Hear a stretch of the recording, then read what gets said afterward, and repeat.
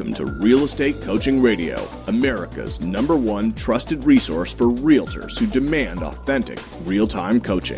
Starring award-winning real estate coaches Tim and Julie Harris. Get ready for unfiltered, full-strength honesty about what is truly working to get you into action and make you money in this new real estate boom. Now to our hosts, Tim and Julie Harris. We are back. Real Estate Coaching Radio with your host, Tim and Julie Harris. We have a lot of interesting announcements before we get to today's topic.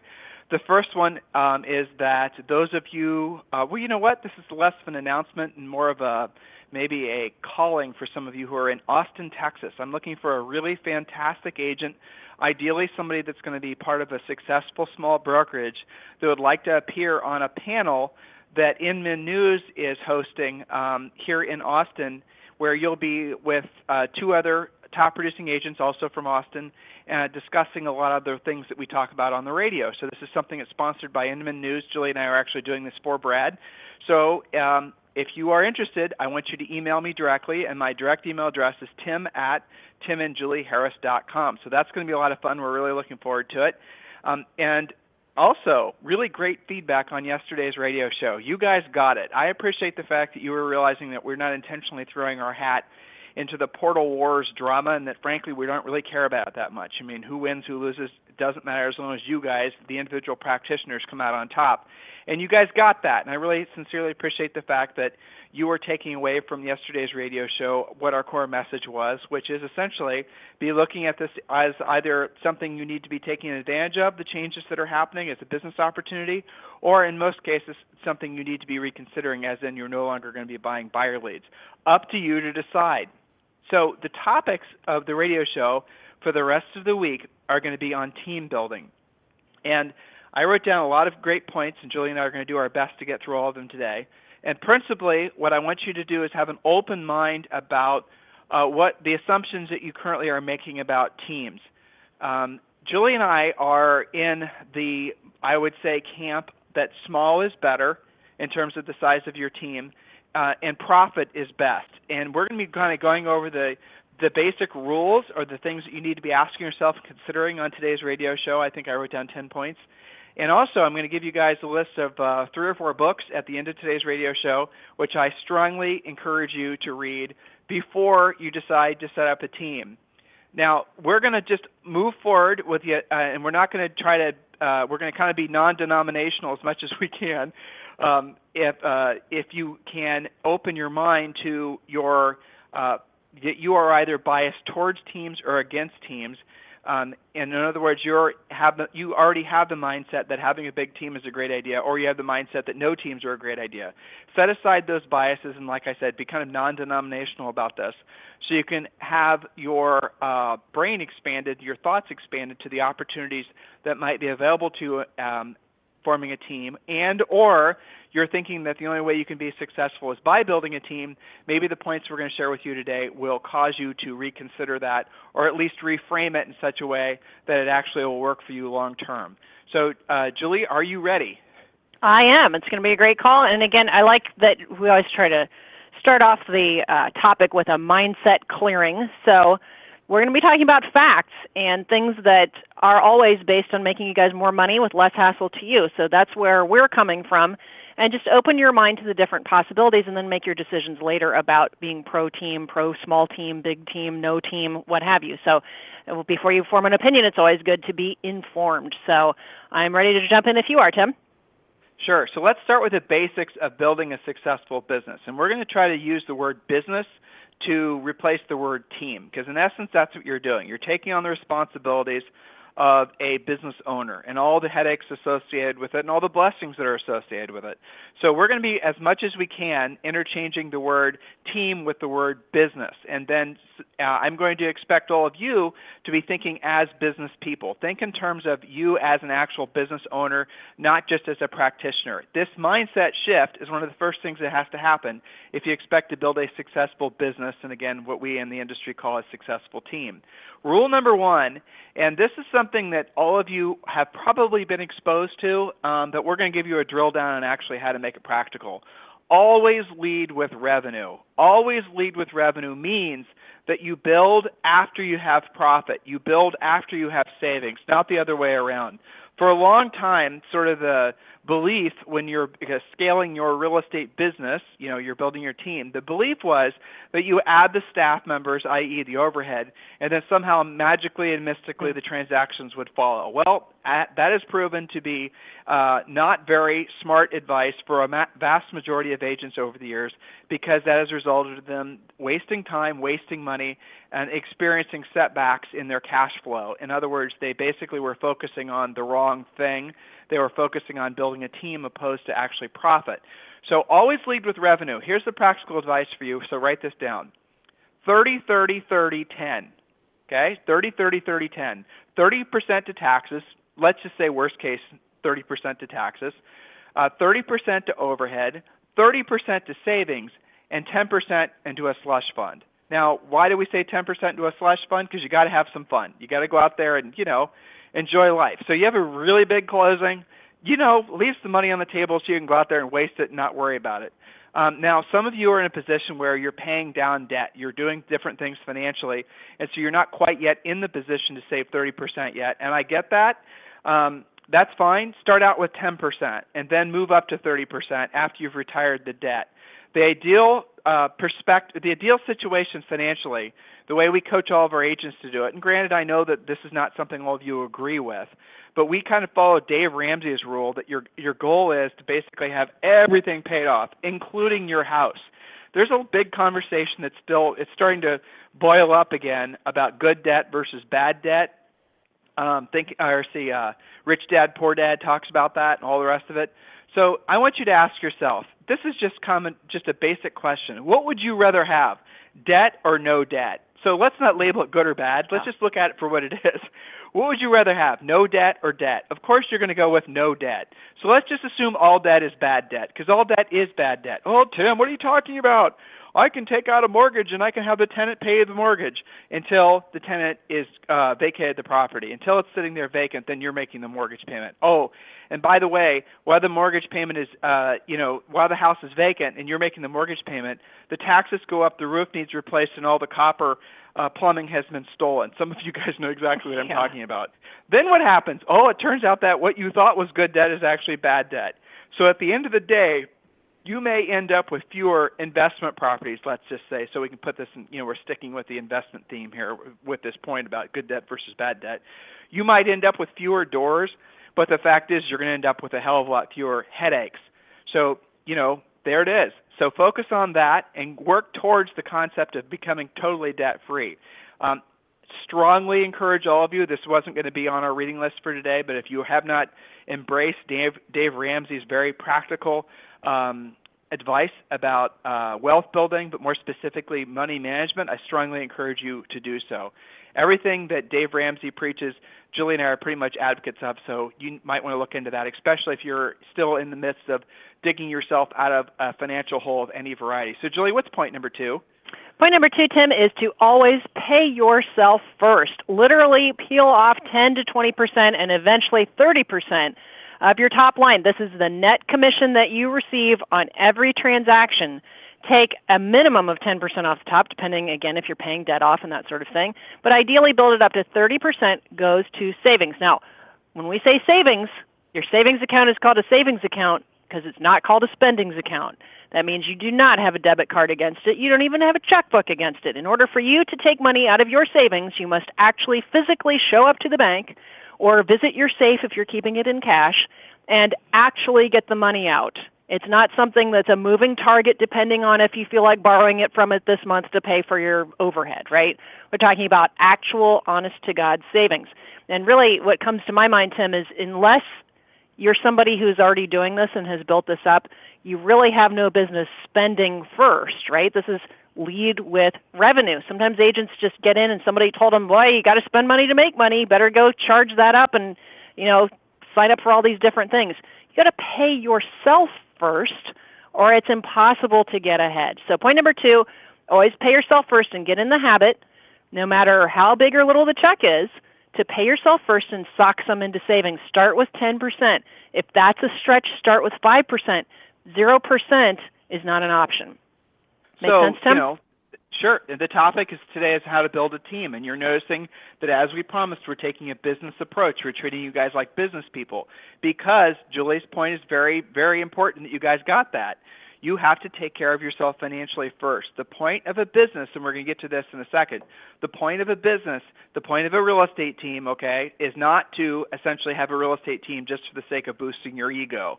The point of a real estate team is to make more profit for the owner, to increase your net worth. That's the reason that you're taking the risk. That's the reason that you're going to be burning the midnight oil as you're dealing with the problems that are associated with building the business. That's the reason that you are the one ultimately that has all the liability of mistakes that are made. So at the end of the day, guys, the whole point of all of this is that you are very disciplined about savings, very disciplined about taking care of you and your family financially first. So another little rule of thumb along that point is you won't get rich selling real estate. Won't happen. I suppose there's 1 in a million examples that'll prove me wrong. Someone's going to sell the Rockefeller Center, and be set for life. I get it. Retire. It happens occasionally. We actually knew somebody in Columbus, Ohio, when we used to sell real estate that did one commercial deal, big one, and basically was able to spin off into another business and essentially retire from real estate. But as generally speaking, you don't get rich selling real estate. You get rich reinvesting the profits that come from selling real estate. So if you've been in this business for a long time, as most of you have, and you are, looking at the balance sheet, you're doing your taxes, you're looking at the numbers, and you're saying, damn, my financial situation, despite all my effort, is not really showing the results, not really showing much of a difference year over year. It's because you need to embrace the concept of paying yourself first, and also then accept the fact that with the profit that you're paying yourself with, that you are absolutely positively reinvesting that money, because you do not get rich selling real estate. You get rich reinvesting the money you get from selling real estate. So, Julie, what's the next point?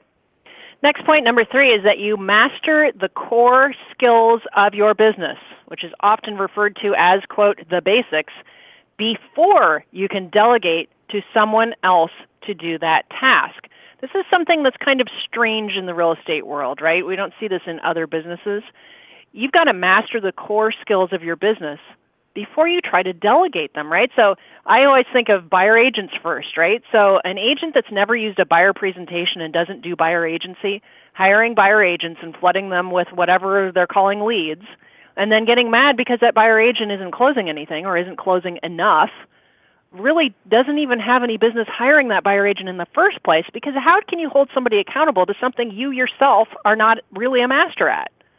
It just doesn't make a lot of sense to me, right? My favorite one, Jules, is where we get calls from agents who want to form a team, which is fine. We'll help you do that. Mm-hmm. But they want to form a team specifically to hire people to prospect for them, called FSBOs, expired centers of influence, past clients. I'm going to hire a prospector. Right, and they've never done it themselves, right? They've never literally done it themselves. So they think they're somehow magically going to delegate that and be able to get consistent results. Guys, it won't happen. You've got to master the skill yourself.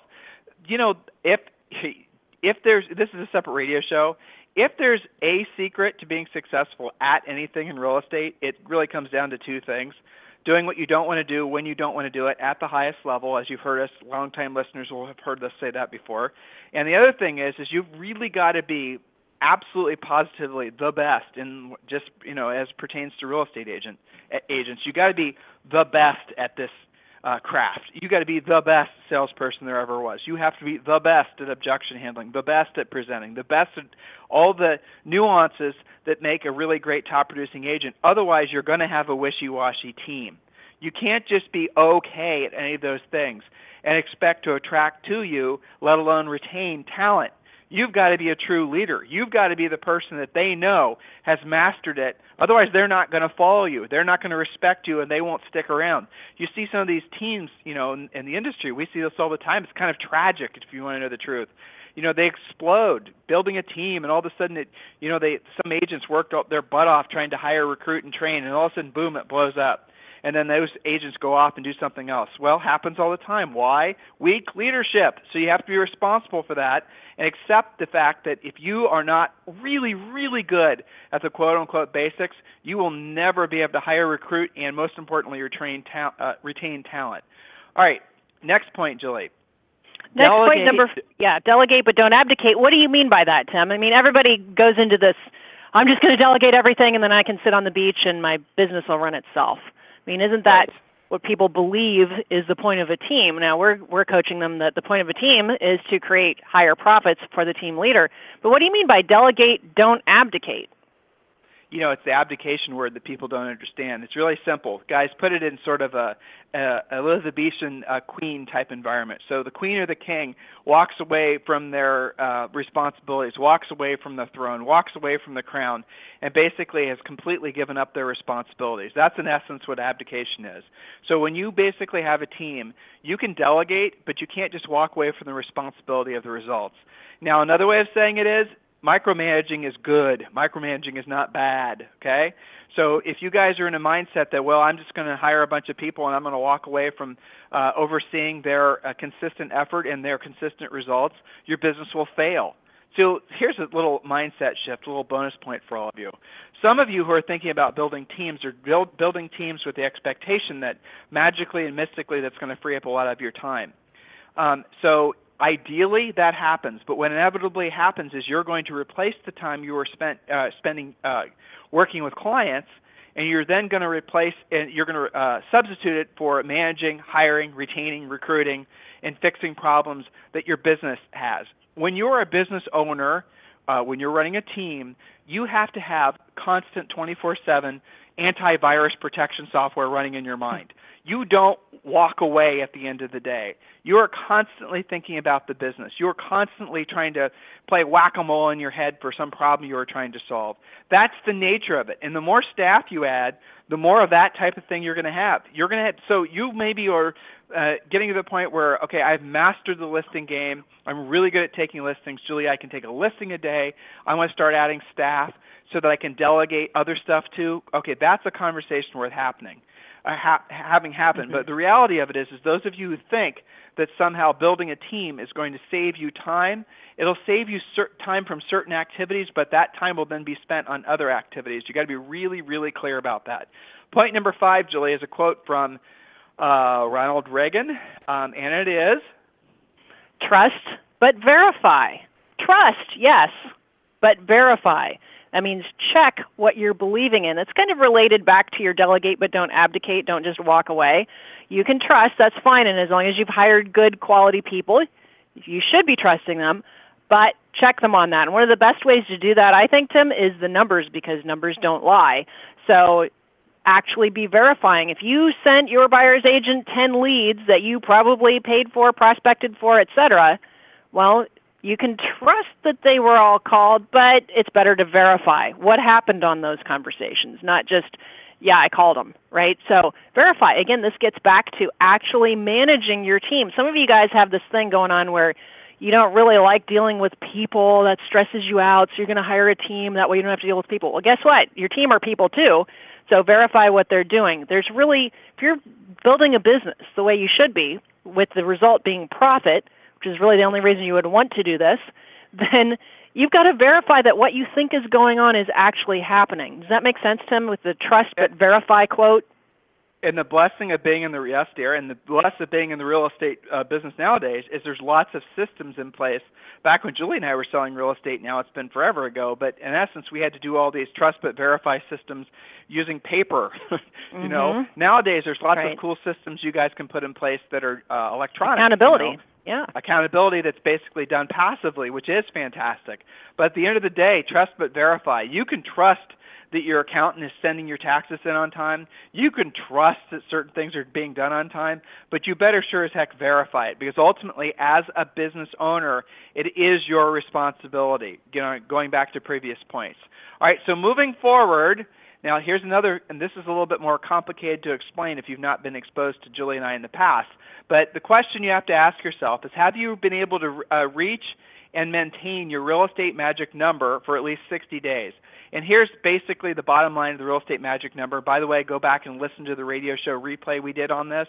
Real estate coaching clients, we have a really, really in-depth series of educational videos on real estate coaching essentials that you need to go and listen to. This is in the treasure map too. The magic number is included in the treasure map business plan. Right. So the bottom line is the magic number is the number of listings that you need to have at all times for everything to work cash flow wise and business wise. It's focusing on listings, which is frankly, our core focus with all coaching clients is teaching you guys how to be killer listing agents.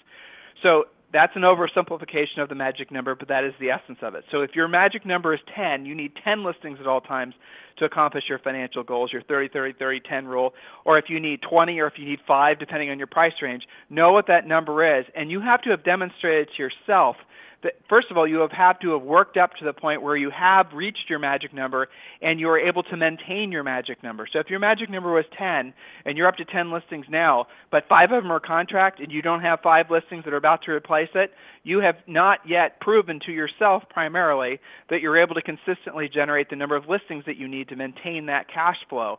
I strongly, strongly encourage you not to add buyer's agents, which is the temptation, until you absolutely positively have been able to be consistent with building and maintaining your real estate magic number. Really critical, kind of a complicated topic, I get that.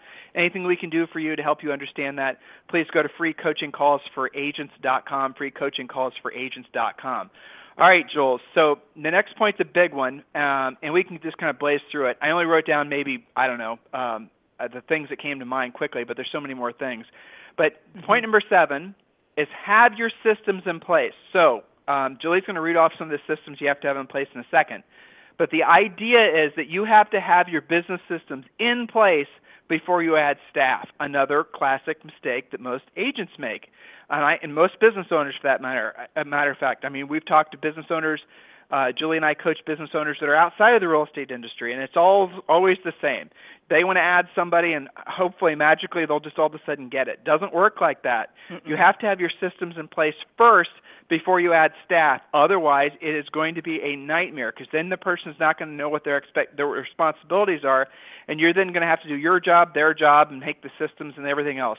The nice things, coaching clients, the nice thing about working with us is we've already created all these systems for you, or we'll tell you how to go about and get them, utilizing a third-party service provider, website, software, whatnot, so that in essence your systems can be in place. But Julie, what are the core systems that they need to have in place before they start building their team?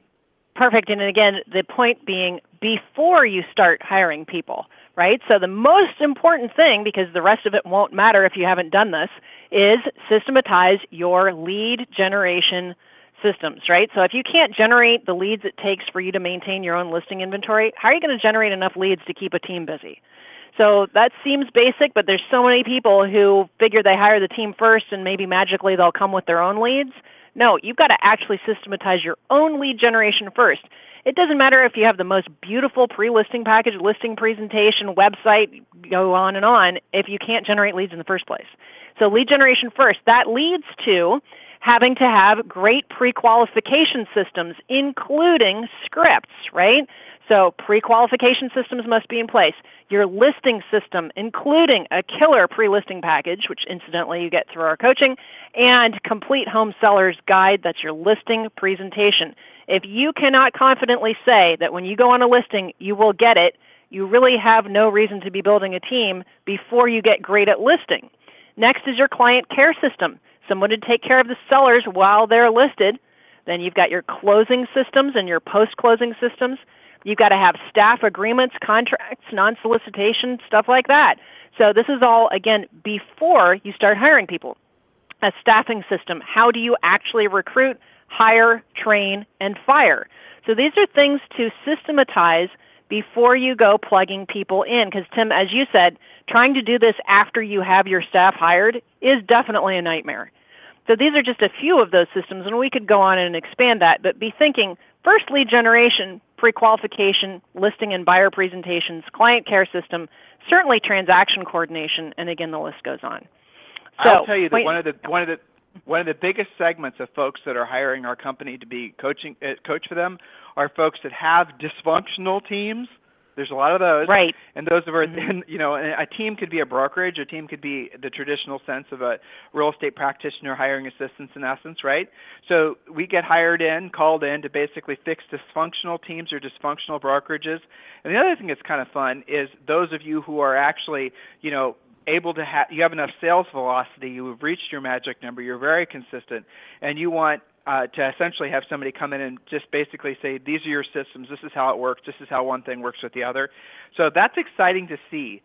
Do I believe ever that a team will dominate, or teams in general will dominate the marketplace to an extent that there won't be any more individual practitioners? I do not. And furthermore, just to be clear, I do believe in some markets, and especially the very, very upper end, the trend is away from teams. And I can give you guys examples of that, but the bottom line is the very, very high-end user, real estate consumer, they don't want to be feeling like they're working with a team. So a team is actually seen in many markets as a disadvantage. So you need to take into consideration your market and your mostly your seller's expectations. So Julie, the next thing that's really important, point number 9, is, and this is similar to point number 8, similar to point number 7, is have your subsystems in place. So this, again, is something that it's a classic mistake. Subsystems would be for example, your signs, your voicemail, your website, your business cards. And those are all the types of things. And again, listen to the past radio show that Julie and I did on this. And again, real estate coaching students, we have on Real Estate Coaching Essentials a ton of material on exactly how to do this. But in essence, we call it moments of truth. And that's a term we got from Howard Brinton. And the essence of moments of truth is anytime anyone comes in contact with your business, is it consistent? What is the experience that they're having? How long does it take for them to have a call returned? What is, when there's a buyer calling off a sign, what's the experience? Are the logos the same? Are the colors the same? Do your signs look like your business cards? Does your website look like your business cards? You guys get the idea. Has all the design work been done correctly? Are you using consistent, are you using too many fonts? There's rules with all this stuff, guys. If you want to get the best results, you got to really do it right the first time. So all your subsystems have to be in place. All your selling systems and your business management systems have to be in place. Not that complicated, guys, as long as you're open to the fact that there is, remember when I told you a second ago that working on your business versus working in your business, in other words, when you move from the mindset of I'm an individual practitioner with maybe 1 or 2 assistants, I'm primarily doing all the contacting with all the sellers and buyers. Remember when we talked about that versus this? You see how this can actually require more time than that? So that's something else you need to be taking into consideration as far as how you actually want your life to work in your business. That is something that if you don't take seriously, you're going to find your business overrunning your life, and then basically things start to come unraveled. All right, so again, this week we're speaking and focusing primarily on how to help you guys build your real estate teams. And we're going to get into the specifics of how to hire, train, and retain, and pay buyers agents. We're talking about all that stuff this week, so make sure you tune in and listen. Books, your homework from our call today. I have written down 1, 2, 3, 4, 5 books. So, and also in the show description, we're going to try to put links to Amazon where you can download these. So we're just going to give you the titles, write these titles down, or if you're listening in replay, just go back to the show description and click on the links. Mr. Show Producer, I'm sure, is doing that for all of you guys. So Julie, the first book is a book that everyone should read, regardless of whether they're business owners or not, and that book is? Think and Grow Rich by Napoleon Hill. And I know some of you guys have read that before. Go back and reread it 6 months from now and 6 months from that. One of the best things that you can go back to. So Think and Grow Rich, Napoleon Hill. Let me just take Julie and I both reread that book every year. We've reread it every year for at least, we've been married 24 years this year. I bet you we've read that book every year for at least 24 years. It's that important. And you always get something new out of it, too. Yeah. Yeah. I love the interview that Brad Inman did with Dave Liniger, and Dave, again, you guys should watch this video. I found it very inspiring personally. But anyway, Dave had just recovered from a really, really nasty health issue. It was in coma, the whole 9 yards. In any event, he was told he was going to be paralyzed. And, so what did Dave do? He said, okay, whatever, doctors, I'm not going to be paralyzed. And Brad asked him, so what did you do while you were in recovery? 4 months, I think it was. He said, well, the first thing I did was read Think and Grow Rich. So I thought that was wonderful because there Dave is at the billionaire level, right? That'd be nice.